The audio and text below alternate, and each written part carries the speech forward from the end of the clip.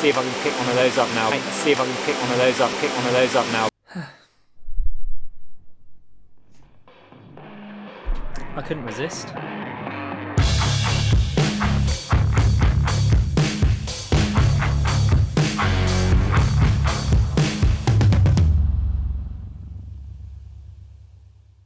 This lens just proved to be a little bit too tempting for me. After that trip to Wales with Jake, I couldn't help but think what a great addition this lens would be, especially considering I used the Blackmagic 4K with a speed booster. Just for a little bit, I'm going to swap out the 24-70 that I'm currently using on the Blackmagic with this lens.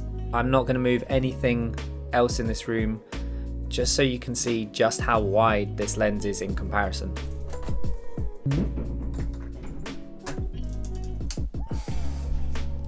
So, do you know what? That looks cool. Oh my god, that looks so cool. I'm a big fan of that.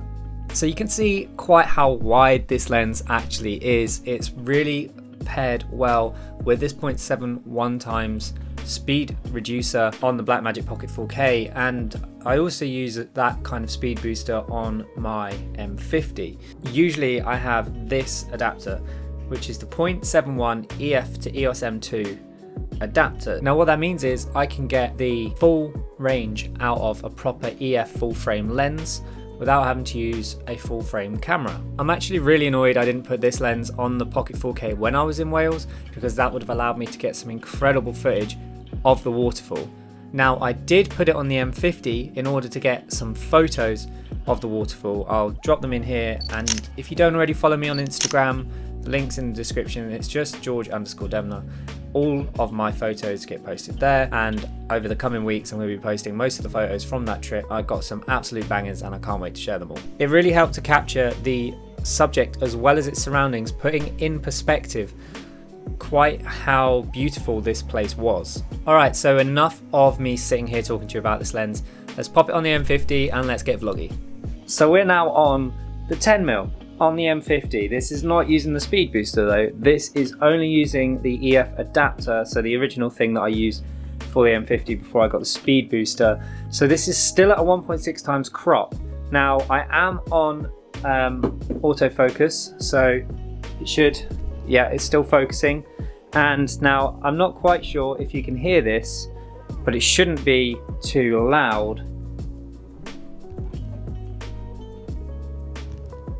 Like there's definitely a small kind of, definitely a small little knocking sound that you can hear with the motors working, but it's a lot quieter. It's actually a lot quieter than Jake's. Sorry Jake, but it is quieter than Jake's one. So I was planning on using manual focus for this because I don't really care. But yeah, so this is still using a 1.6 times crop on this camera. Now the 1.6 times crop is fine. I'm filming in 1080p. 24 frames a second, and we're fine. It's good. I'm at f4.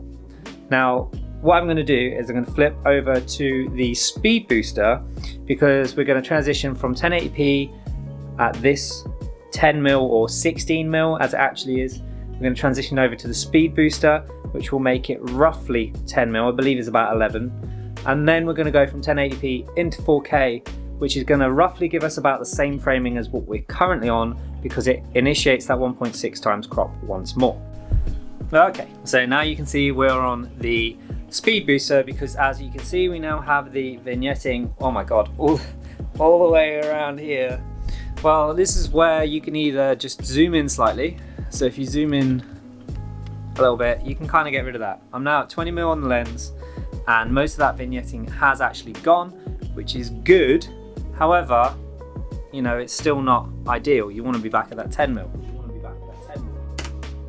Editing George here. So what we're actually going to do before we jump on to the next bit, which I forgot, is we're just going to suggest that at that crop with that wide vignette, just punch it in a little bit, just zoom in a little bit, lose a little bit of that real estate. No one's going to really notice the lack of quality. Most people watch on a screen this size.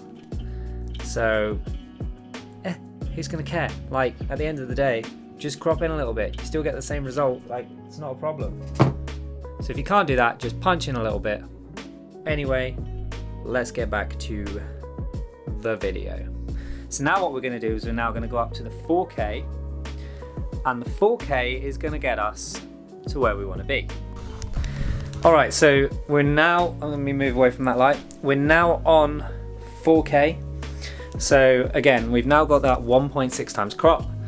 I am still like just as far away from the lens. It's roughly further than like thumb to little finger. So I'm hoping that you can not hear the autofocus of this lens. This is a true test really, because the actual lens autofocus itself just starts to hunt a lot more. Now the way to get around this would be just to go straight into 1080p again and go super wide, or not to use the speed booster at all and stay in 1080p, which would work, or you can just swap to manual focus.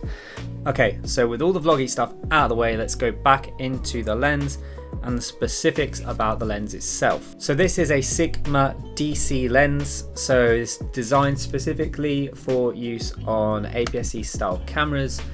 You can still, however, use it on full frame, as I mentioned before.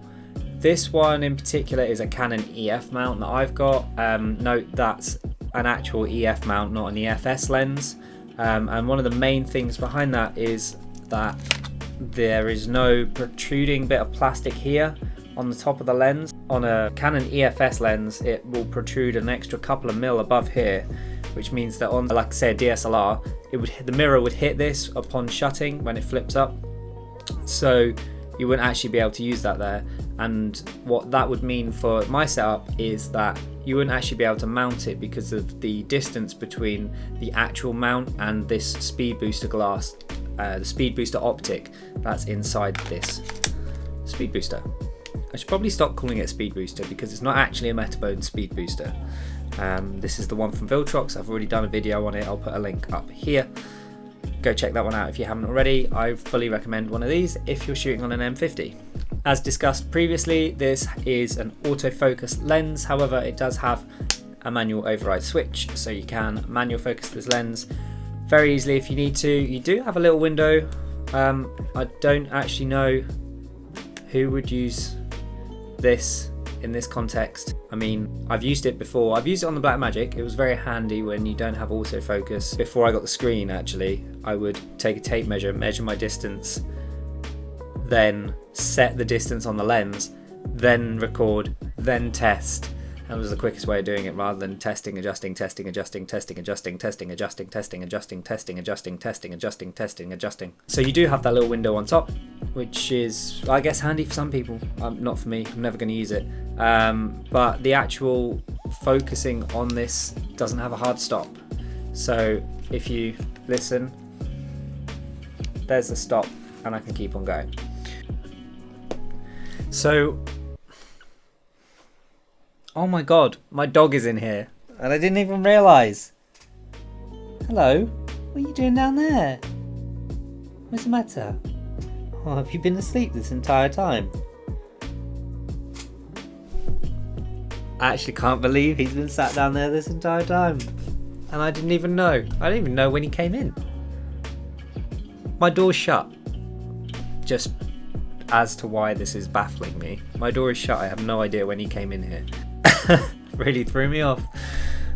So I would recommend this lens for anyone who wants to get into landscape photography and wants some wide angles. I quite like the use of the 70-200. I found that's probably one of my favorite lenses.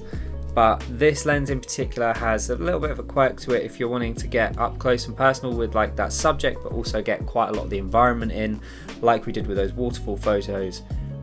Also great for vloggers. If you're vlogging on something like an M50, I think this is probably a good lens to get you going. If you're, like I said, if you're wanting the cheaper option of this would be to get the non-speed booster, so just the mount adapter, so you can still use the 1080p with this. I think that's probably the best option for most people. If you are wanting to use the 4K, I would 100% recommend getting that speed booster, purely because it eliminates one of those 1.6 times crop factors, pulling you back to essentially the same framing as 1080p except in 4K. One of the main drawbacks of this lens is that it is an f4, so it's not amazing in low light conditions. If you're wanting to use this for video, you're going to have to pump the ISO. If you want to use this for gig photography, again, you're going to have to pump the ISO because you'll be using aps-c style sensors. Even on full frame, you'll probably have to pump the ISO because f4 is quite, it's not that high, but it is quite high for most lenses in low light conditions. So unless you have a camera that's actually good with low light, you're going to want to pump that. So that is it for this small review of the Sigma 10-20mm lens. I hope there was a lot of info there that you found quite helpful for the specific use cases that I detailed. If you have any questions, don't be afraid to leave them in the comments below. Either myself or somebody else might answer them and you might get the answer that you're looking for. But that is it for this video. Don't forget to like, get subscribed, and light the bell to stay notified for when I release a new video. And until the next one, see ya.